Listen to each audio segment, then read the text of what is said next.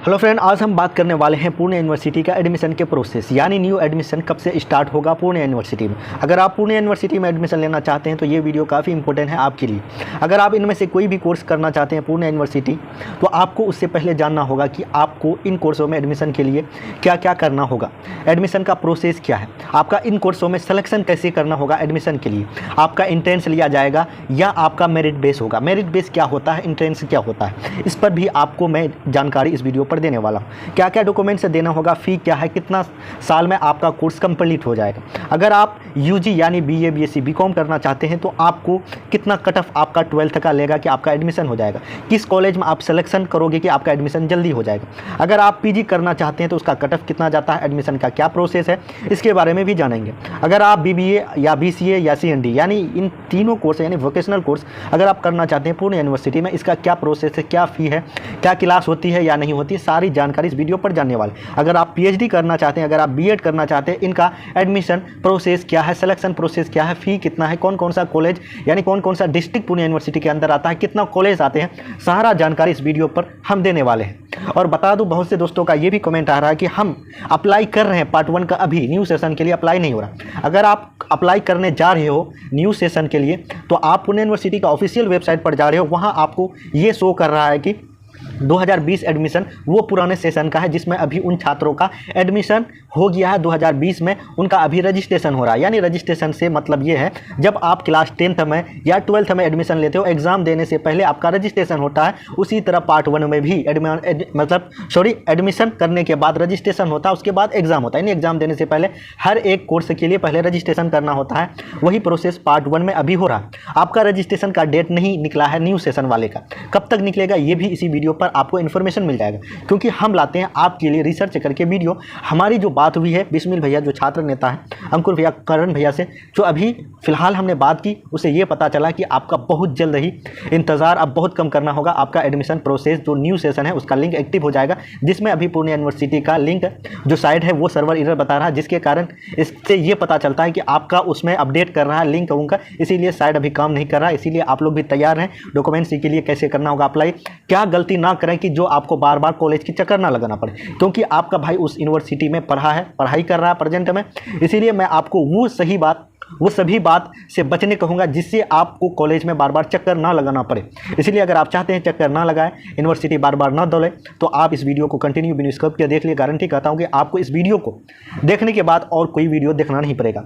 चलिए हम सबसे पहले आपको बता दें, अप्लाई का डेट आप समझिए कि इस अगस्त के अंदर कभी भी निकल सकता है। इसीलिए इस माइंड से आप ये बात ख़त्म कर लीजिए कि कल निकलेगा, परसों निकलेगा। अगस्त के अंदर कभी भी आपका एडमिशन के लिए डेट निकल सकता है और ऑनलाइन आपका अप्लाई होगा।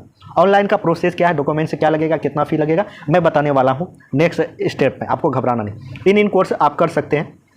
आपको यूजी के लिए यानी बीए बीएससी के लिए आपको मेरिट बेस होगा, यानी आपका 12th में जो मार्क्स है उसके हिसाब से। अगर आपका समझिए कि 50+ मार्क्स है तो समझिए 50+ मार्क्स तक आपका थर्ड मेरिट लिस्ट है, यानी first second third merit list निकलता, उसके अंदर आपका एडमिशन हो जाएगा। पीजी के लिए भी मेरिट लिस्ट है, यानी आपका बीए में जो यानी पार्ट 1 का जो एग्जाम दिए हैं उसमें जो मार्क्स है उसी के हिसाब से आपका सिलेक्शन यानी आपका मेरिट बेस। और ये जो बीबीए और बीसीए सीएनडी है वोकेशनल कोर्स, इसमें भी आपका मेरिट बेस यानी 12th में जो मार्क्स है उसी के हिसाब से आपका एडमिशन हो। पीएचडी के लिए इंट्रेंस होता है और बीएड के लिए इंट्रेंस होता है। इन दोनों कोर्सों के लिए इंट्रेंस होगा, तभी आपका पुणे यूनिवर्सिटी में जो भी कोर्स कॉलेज इसके अंदर आते हैं, बीएड और पीएचडी कराते हैं, वहां से आप कर सकते हो। इन तीनों कोर्सेज के लिए आपका इंट्रेंस नहीं होगा, आपका मेरिट बेस होगा। इतना आपका जो कन्फ्यूजन है दूर हो जाएगा। अब डॉक्यूमेंट्स की बात होती है, अप्लाई कैसी होगी, क्या क्या डॉक्यूमेंट्स है, चलिए अगले स्टेप में आपको हम लेके चलते हैं। चलिए आप वीडियो को बिना स्किप किए हुए देखिए, थोड़ा सा स्किप कीजिएगा तो आप गड़बड़ा जाइएगा। इसीलिए मैं जो बोलता हूँ उसको आप गौर से सुनिए और स्टेप बाय स्टेप हम जिस तरह बताते हैं उसी तरह सारा डॉक्यूमेंट्स अरेंज करके रखिएगा। और जब भी कैफे वाले के पास फॉर्म फिल करने जाइएगा तो आप बैठ के ध्यानपूर्वक आप अपना सारा जो डिटेल होता है उसको देखिएगा, तभी सबमिट करने कहिएगा, नहीं तो फिर बाद में पछताइएगा। इसीलिए ये वीडियो देख लीजिए, कैसे आपको फॉर्म फिल करना है, क्या करना है, कैसे आपको कौन सा कॉलेज चूज़ करना है ताकि आपका एडमिशन हो जाए। कट ऑफ की बात करें तो कट ऑफ कोई हाई नहीं जाता, लगभग 50,000 प्लस सीट है, उतना ही स्टूडेंट अप्लाई भी करता। आपका इंशाल्लाह मैं गारंटी करता हूँ कि सभी का एडमिशन हो जाता। फिलहाल लास्ट में आपका ऑन स्पॉट एडमिशन होता है, यानी डायरेक्ट एडमिशन हो जाता है। आपका जो भी कॉलेज में सीट वगैरह बचता है, आप अपना सारा डॉक्यूमेंट्स लेके जाओ, उस कॉलेज में एडमिशन हो जाएगा। तो चिंता लेने की कोई बात नहीं। चलिए नेक्स्ट स्टेप आप तैयार रखें, क्या क्या डॉक्यूमेंट्स।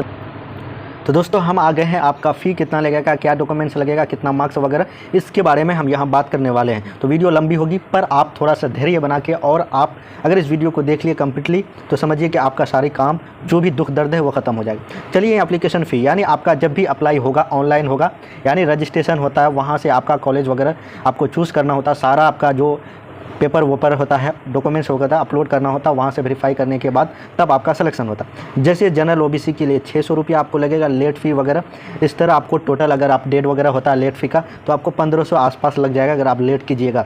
अगर आप SC ST छात्र हैं तो आपको 300 रुपया और लेट फ़ी 1000 रुपया लगेगा। ये अभी का नहीं, पिछले साल के अनुमान के हिसाब से मैं बता रहा हूँ। आप online credit card, debit card, net banking वगैरह से आप पेमेंट कर सकते हो जब अप्लाई करोगे।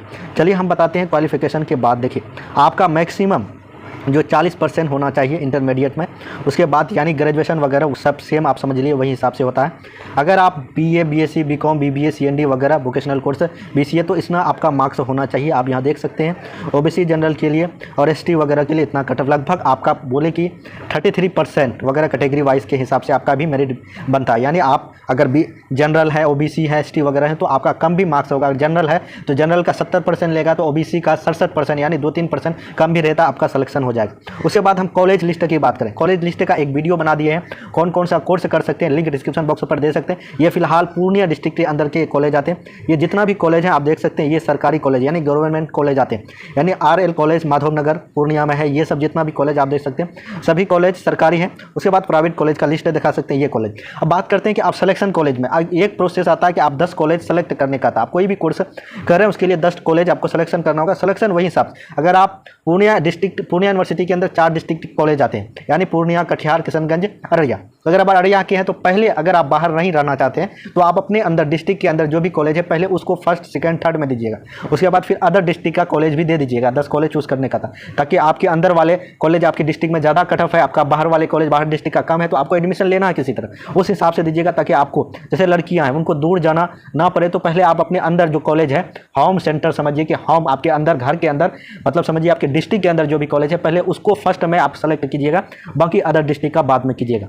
ये आप समझ में आ गया। उसके बाद देखिए क्या क्या आपको लगेगा डॉक्यूमेंट्स के तौर पर। रिक्वायर्ड ऑनलाइन जब अप्लाई कीजिएगा तो आपके पास ईमेल होना चाहिए, एक्टिव मोबाइल नंबर होना चाहिए, ईमेल भी, यानी मोबाइल नंबर आपका सदा जीवन के लिए रहना चाहिए जब तक आप ग्रेजुएशन फाइनल नहीं कर ले। वो मोबाइल नंबर देना है। मोबाइल नंबर आपको यूज़र ID पासवर्ड मिलेगा, उस यूज़र ID पासवर्ड को कभी भी आपको नहीं भूलना है। ये बात अपने ज़हन पर बैठा लीजिए, उसको आप अपने मतलब समझिए कि ताबीज़ बना के पहन लीजिएगा। क्योंकि इस बार बहुत से दोस्तों का सोचा कि ये ईमेल ID बस हो गया, मतलब ईमेल ID और यूज़र ID पासवर्ड जो मिला था रजिस्ट्रेशन के वक्त वो भूल गया, अभी उनका एडमिशन रजिस्ट्रेशन नहीं हो रहा। इस तरह प्रोसेस होता है। यही ईमेल ID जो आपको मोबाइल नंबर पर मिलेगा, इसी से आप अपना मेरिट लिस्ट, आपका नाम किस कॉलेज में सिलेक्शन हुआ वगैरह नहीं हुआ, रजिस्ट्रेशन के वक्त पेमेंट वगैरह सभी यही जो यूज़र ID आपका मोबाइल पर आएगा इसी से काम होगा। इसलिए मैं अभी ही आपको बता देता हूँ, कोई भी काम आप करते हो ऑनलाइन उसका सारा भी डिटेल आपको लिख के रखना है। जो भी आप ऑनलाइन जैसे कोई भी रिसिप्ट मिलता है उसको 2 कॉपी करके रखना है। एक कॉलेज में जमा करने के बाद एक आपके पास रहना चाहिए। दूसरा है आपके पास एक फोटो यानी पासपोर्ट साइज फ़ोटो, उसके बाद सिग्नेचर चाहिए। ये KB में इतना KB होना चाहिए। आप अपने मोबाइल से जब फॉर्म फिल होगा मैं आपको बताऊँगा। उसके बाद आपका मैट्रिक यानी हाई स्कूल मैट्रिक का मार्कशीट, उसके बाद इंटर का मार्कशीट, उसके बाद आधार कार्ड दीजिएगा।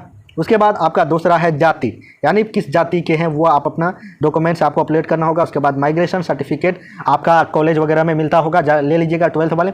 उसके बाद ये सारा डॉक्यूमेंट्स वगैरह आप देख सकते हैं। ID प्रूफ में कोई भी आप दे सकते हैं, आधार कार्ड वगैरह जो भी, इन सारा डॉक्यूमेंट्स जो कि आपको ऑनलाइन करते वक्त देना होगा। बाकी आपको ये स्कैन करना ना कि ओरिजिनल स्कैन करने के बाद ऑनलाइन दे सकते हो।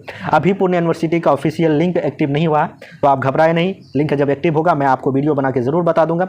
आप हमारे Telegram channel, Facebook, Instagram, Twitter और व्हाट्सएप ग्रुप, व्हाट्सएप नंबर दिया हुआ, वहाँ से आप हमें कोई भी ज़रूरी हो मैसेज कर सकते हैं। कोई भी इंक्वायरी हो, आप क्वायरीज वगैरह हो तो आप हमसे कांटेक्ट कर सकते हैं। तो उम्मीद करते हैं कि सारी इन्फॉर्मेशन आपको हमारी जरिए पता चल गया होगा।